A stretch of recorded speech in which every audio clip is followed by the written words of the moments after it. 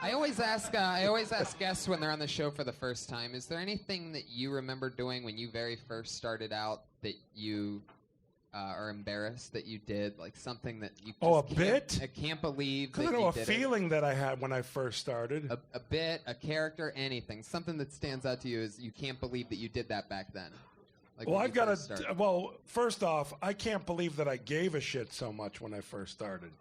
The key is not giving a shit. Well, it's take what you do seriously, but don't take yourself seriously. And when you're first starting out, everything is serious.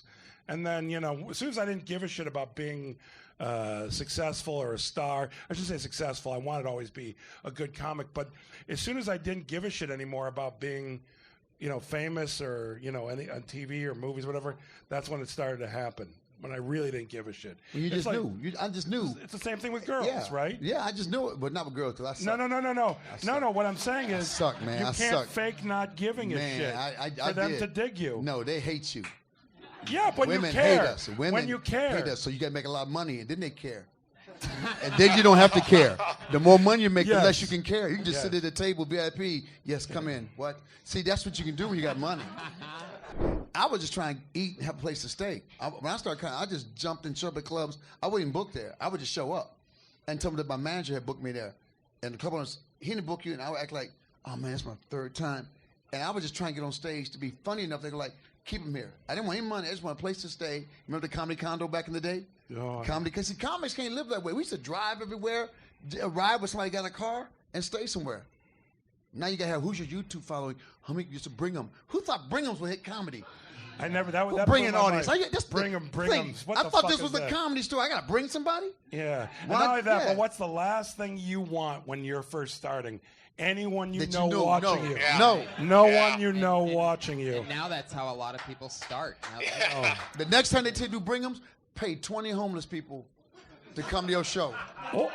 See, you used to just show up at comedy clubs, tell them that your manager booked you. They told you no way, and then they would eventually just sort of feel bad and put you on. Every place I went. It doesn't matter. They felt, because I heard you did this. It had to be funny. It was like, oh, fuck, this guy's good. Let's just have him on here this weekend. We'll pay him $100. No money. Zero? Food and a place to stay. Oh, really? Not even $100? Not even $100, man. There wasn't one guy through the years who went, fuck Sinbad, here's $100. What happened was Bruce Ayers in Birmingham, Alabama.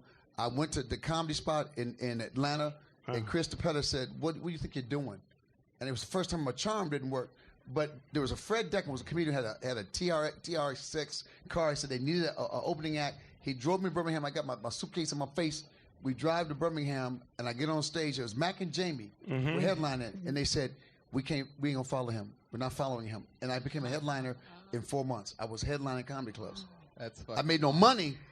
And so then it was Lenny Clark that told me, comics hate you because they're paying you $400 a headline. You got to up your money. I was making $400 a headline. I know guys were getting $1,500, $2,000. Wow. I thought I was rich. I laid $400. $400 is what your middle act. Man. Middle act is what $400. Yeah. That's right. So they were just ripping you off. I thought I was making money, man.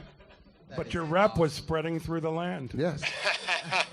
It was. I love that. Because it was from the standpoint of... The rep was everything. But not only that, but how many fuckers were doing what we were doing back then? There was only we sound like we're 100, but I swear to God, not long ago. In the 80s, there weren't that many people doing stand-up. Like when I first started in 82, myself, Eddie Murphy... what the heck's his name from New York? There was literally maybe a half a dozen comics who were like my age, 20 years old. Wow. That was it. And Eddie was one of them. Yep. Like there was Brian Regan was a few years older than me. I'm talking about like there was nobody, young people, and everybody who I worked with, you know this, they were all in their 30s. Yep, they were older, and then Jay Lenno was the god.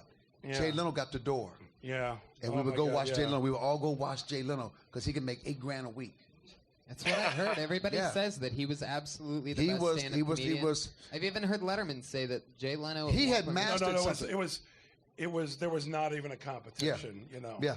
That's amazing. You know, and there were guys who were great. Like Seinfeld was great. Seinfeld back then. but Jay Leno was the king. Yeah. Wow. And dirty. I heard really dirty back in the day.